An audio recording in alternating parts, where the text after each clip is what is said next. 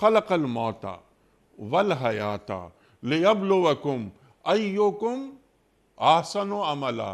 یہاں پر اللہ تعالیٰ نے صرف عمل کی بات نہیں کی ڈاکٹر صاحب، تو یہ بھی آپ ہمیں سکھا دیجئے، بتا دیجئے، احسن عملا، تم بہترین اعمال کرو گے۔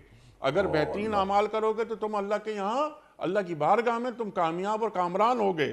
لیکن اگر تمہارے اعمال میں ذرا سستی ہوئی تو یہ بھی اللہ تعالیٰ کو خبر ہے اس کی، اور تمہیں پلٹ کر اسی کے پاس جانا ہے۔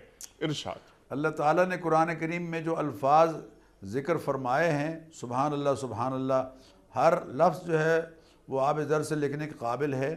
اللہ نے یہ نہیں فرمایا الذی خلق الموت والحیات لیبلوکم ایکم اکثر عملا، یہ نہیں فرمایا کہ اعمال میں اکثر اعمال بجا لانے والا کون ہے؟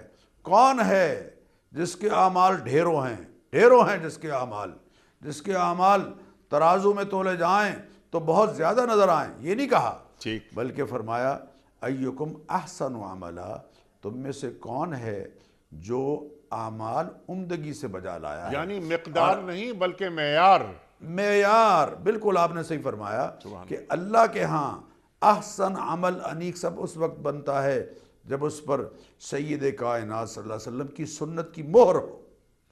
اللہ کے جیسے سرکاری سکے پر جب تک سرکار کی تصدیق موجود نہ ہو تب تک وہ سکہ کھرا نہیں کہلاتا، اسی طرح اعمال صالحہ میں جب تک نبی کریم علیہ الصلاۃ والتسلیمات کی سنت کی مہر نہیں ہوگی اس وقت تک کوئی عمل احسن عمل نہیں ہو سکتا۔